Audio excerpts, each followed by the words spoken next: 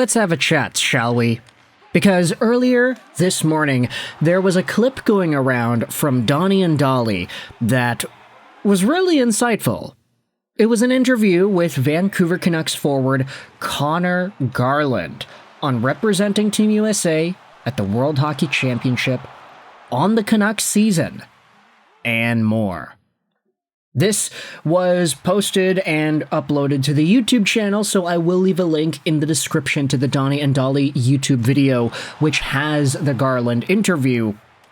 But one of the overarching sentiments that you are seeing from fans and social media users alike in response to this Garland interview is pretty negative. And a lot of it has to do with the fact that Conor Garland, as a Vancouver Canucks forward, has a contract that is expiring at the end of the 25-26 season. He's got 1 year left for Vancouver at $4.95 million a year.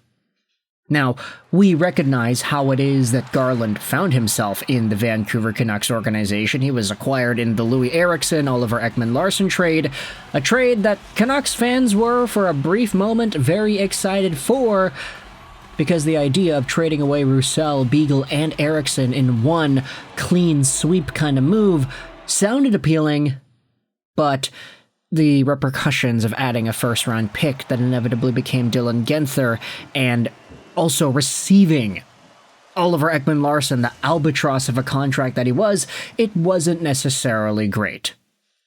Now, Garland has been very consistent for Vancouver in terms of point production and in terms of impact.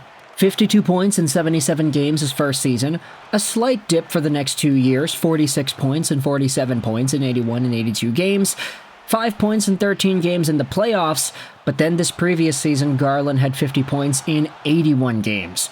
Plus, he is a point-per-game guy for Team USA right now.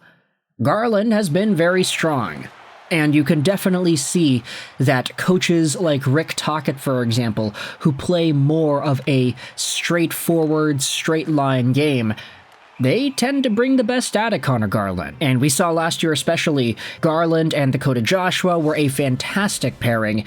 You want to talk about those pairings that Tocchet liked to have for his forward core: Miller and Besser, Garland and Joshua, Petey and Ilya Mikheyev. That seemed to have been the strategy for last year.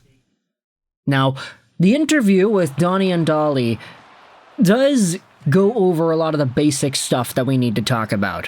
Garland speaks up about the head coach, he speaks up about the team, he speaks up about the Vancouver Canucks and where they're trying to go, etc., etc. None of this is necessarily new info, and Garland does sing his praises to one Rick Tocchet. He actually doubles down, because in answering these questions, Garland, he gave a lot of props to Rick Tocchet.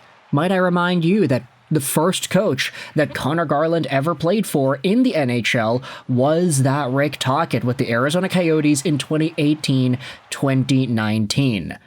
Tocchet already liked Garland and the game that he brought at that time in the NHL, and 5 years later, he ended up coaching the guy again in Vancouver. Conor Garland is very grateful for what it is that Rick Tocchet has provided him coaching-wise throughout Garland's NHL career. But around the 4-minute mark of the interview with Donnie and Dolly, Rick Dhaliwal asks Garland, "Hey, your contract is expiring. It's got a year left. How have you felt about playing in Vancouver, and would you want to sign an extension long-term with the team?"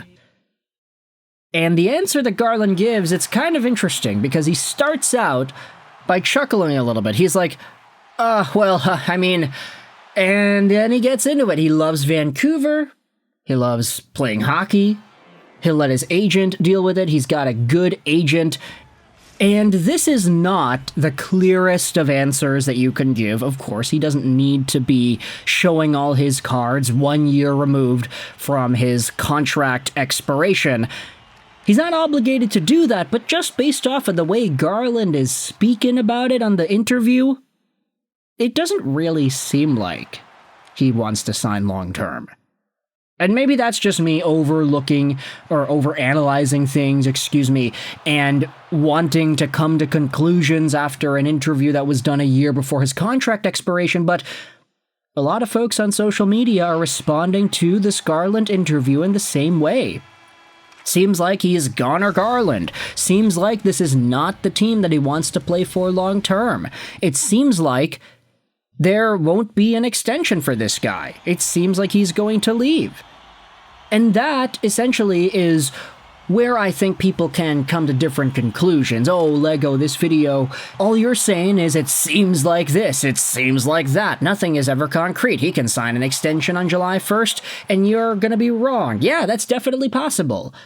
It's just, I feel like for a lot of hockey-related things, especially when it comes to interviews, the human side to all of these questions and answers cannot be ignored. And generally, the human elements of answers that we usually see indicate subconscious feelings and what players want to happen. For Brock Boeser in particular, you can definitely tell that he wants to stay in Vancouver based off of every answer he has ever given. He loves playing in Vancouver, he loves the city, he loves the Canucks, this and that.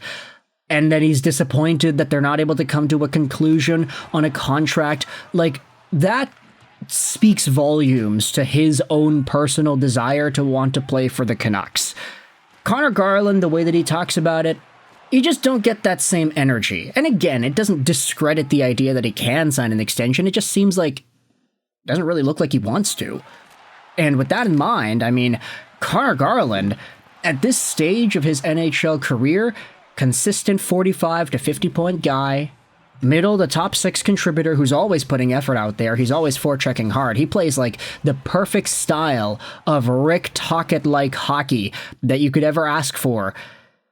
Because it seems likely that he's going to leave, and because he's making a decently small amount of money at 4-point-something mil, would you start to entertain the idea of trading this guy away? I mean, there have already been some other conversations I've seen, like, oh, on a Stanley Cup winning team, Conor Garland is a third-line player. You can't win a Stanley Cup with a guy like Conor Garland in your top 6. You need better players, and you push Garland down to third line. Heck, even last year, Garland was a third-line guy in 23-24. Him and Bluger and Joshua, yeah, that was the third line. It was a really good third line, but still a third line regardless.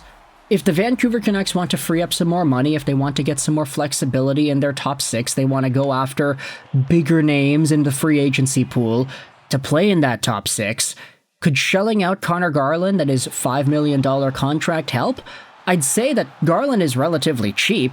4.9 is not that expensive, and he gets 40 to 50 points a year, that's fine. But because his contract expires in a year, and because there would be some options for guys that are better, do you explore the idea of a Garland trade if he is not committing himself to staying in Vancouver long-term and signing an extension? There just seems to be enough fickleness in the way he answered those questions today that gets a lot of people talking about whether or not this guy really wants to come back, especially with Rick Tocchet gone. So with that in mind, I want you to let me know your thoughts in the comment section below. Thoughts on Conor Garland, yay or nay? I think a lot of fans would immediately jump to the conclusion that says, yeah, I want to sign this guy. He was an effective player, hard forechecker, hard to play against, 45 to 50 points a year. That is not a bad player in the slightest. Bring him back. But the question is, does he want to come back? Let me know your thoughts in the comment section below. I hope you enjoyed this video. And bye.